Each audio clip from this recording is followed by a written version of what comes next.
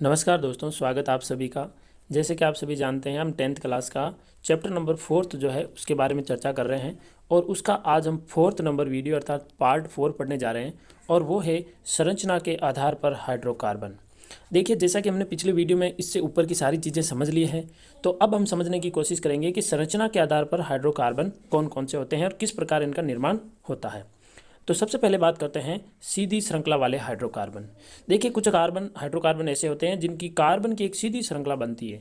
जैसे कि आप डायग्राम में देख पा रहे हो, यहाँ पर कार्बन कार्बन एक सीधी श्रृंखला का निर्माण करते हैं, तो उसे सीधी श्रृंखला वाला हाइड्रोकार्बन कहा जाता है। अब इसके उदाहरणों की बात करें तो यहाँ है प्रोपेन। देखिए, प्रोपेन का जो सूत्र है वो है C3H8 और C3H8 ये आपको पता है CnH2n+2 के फॉर्मूले से बना हुआ है। यानी यहाँ प्रोपेन लगा है, प्रोप प्लस एन, और प्रोप प्लस एन लगा है। इसका मतलब एन कब लगता है? जो कार्बन कार्बन के बीच में एकल बंध हो, अर्थात यहाँ सिंगल बॉन्ड की बात हो रही है। तो यहाँ पर देखिए, कार्बन जो है वो 3 है, तो ये 3 कार्बन हमने सबसे पहले बना दिए, ठीक है। और एन लगा है, मतलब कार्बन के बीच में सिंगल बॉन्ड है, तो हमने ये एकल बंध लगा दिए यहाँ पर। और बाकी जो बच जाते हैं उनको हाइड्रोजन की संयोजकता हम पूरी कर लेते हैं, जैसा कि हमने पिछले वीडियो में समझ लिया था कि हाइड्रोजन द्वारा संयोजकता को पूरा कैसे किया जाता है। अब ये सीधी श्रृंखला यहाँ खत्म होती है। फिर बात करते हैं सांकित श्रृंखला। देखिए, हाइड्रोकार्बन जो है वो सांकित श्रृंखला वाले भी होते हैं। सांकित श्रृंखला का अर्थ क्या है, मैं आपको समझा देता हूँ। जिस प्रकार पेड़ का एक तना होता है और उससे इस प्रकार शाखाएं निकलती हैं, ठीक है, फिर शाखा से और शाखाएं बनती है और उनसे शाखाओं से और शाखाएं बनती है, ठीक है। तो इसी प्रकार एक कार्बन जुड़ा होता है उससे दूसरा कार्बन, अब दूसरे कार्बन से हो सकता है एक कार्बन इधर जुड़ जाए, एक कार्बन इधर जुड़ सकता है, और हो सकता है इस कार्बन से एक कार्बन इधर जुड़ जाए, एक इधर जुड़ जाए, है ना, और इस कार्बन से एक यहाँ जुड़ जाए, यहाँ जुड़ जाए। कितनी भी लंबी चौड़ी शाखाएं बनाई जा सकती हैं, तब इसे कहा जाता है सांकित श्रृंखलाएं। जैसे कि यहाँ पर देखिए, 4 कार्बन 4 शाखाओं के रूप में विभाजित है और एक कार्बन से हम सब जानते हैं 4 से ज़्यादा कोई भी परमाणु नहीं जुड़ सकते। तो एक कार्बन की संयोजकता 4 होती है, इसीलिए 4 प्रकार के कार्बन इससे जुड़ सकते हैं, इससे ज़्यादा संभावना नहीं है। आइए सांकित श्रृंखला के बारे में एक उदाहरण देखते हैं। तो यहाँ पर देखिए, सांकित श्रृंखला का एक उदाहरण है। यहाँ कार्बन की संख्या 1 2 3 4 5 है, तो 5 कार्बन को हम पेंट पढ़ते हैं, और पेंट और या कार्बन के बीच में सिंगल बॉन्ड है, तो पेंट प्लस एन, तो क्या बोलेंगे? इसको पेंटेन पढ़ेंगे, ठीक है। इसका नाम होगा पेंटेन। इसको एन पेंटेन भी पढ़ा जाता है, ठीक है। इसका नाम एन पेंटेन भी है और पेंटेन पढ़ते हैं तो भी इसका हमारा ये गलत नहीं होगा। और इसका सूत्र जो है वो यहाँ देखिए, कार्बन की संख्या 5 है तो यहाँ C5 लिखा है, और हाइड्रोजन की संख्या जो है वो यहाँ पर 12 है, इसलिए H12 लिखा हुआ है। अब इसी के बेस पर हम सांकित श्रृंखला पढ़ रहे हैं। तो देखिए, सांकित श्रृंखला इसकी कैसे बनी है। सांकित श्रृंखला कुछ इस प्रकार की बनी है। एक कार्बन यहाँ है, 2 कार्बन यहाँ, तीसरा कार्बन, तीसरे कार्बन से 2 कार्बन जोड़ दिए, एक इस साइड जोड़ दिया, एक नीचे वाला कार्बन जोड़ दिया, ठीक है। और बाकी ये हाइड्रोजन से संयोजकता पूरी कर दी है। हो सकता है ये जो इसका नाम है आइसोपेंटेन, हो सकता है ये आपको समझ में नहीं आ रहा हो, इस डायग्राम से आपको समझने में समस्या आ रही हो, तो एक छोटा सा सिंपल सा डायग्राम समझाता हूँ मैं आपको, देखना। इसको हम ऐसा भी लिख सकते हैं, ये कार्बन, ये दूसरा कार्बन, ये तीसरा कार्बन, ठीक है। इस तीसरे कार्बन से ये जो यहाँ संरचना बनी है, पहले वो बना के बताता हूँ कैसे बनी है। यहाँ देखिए, एक कार्बन इधर जुड़ा हुआ है और एक कार्बन इधर जुड़ा हुआ है, ठीक है। अब अपन इसकी संयोजकता पूरी करेंगे, तो यहाँ देखिए 1 2 3 3 हाइड्रोजन जुड़ेंगे, इधर 2 हाइड्रोजन जुड़ेगा, इधर 1 हाइड्रोजन जुड़ेगा, और इधर 3 हाइड्रोजन जुड़ेंगे, फिर इसके पास भी 3 हाइड्रोजन जुड़ेंगे, और ये संरचना बन जाएगी।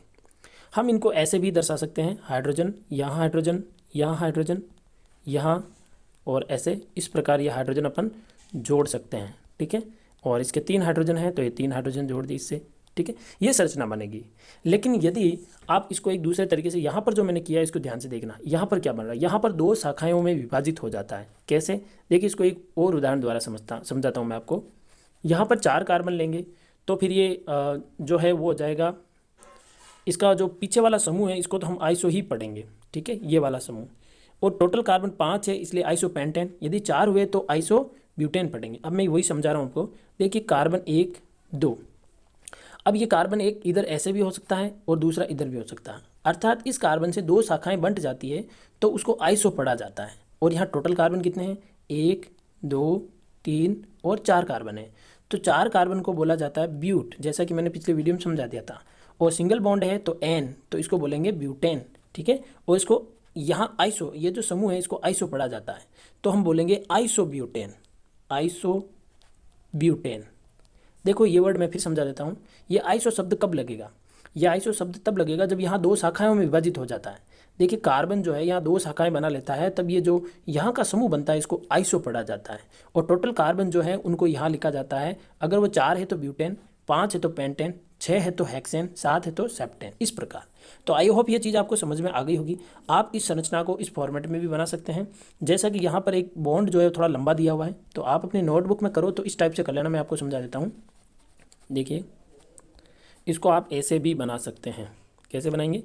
देखिए यहाँ पर देखिएगा, यहाँ कार्बन की संख्या 4 है, ठीक है। तो 1 2 और यहाँ पर एक इधर ले लेता हूँ, 3 कार्बन बनाना आप, ठीक है।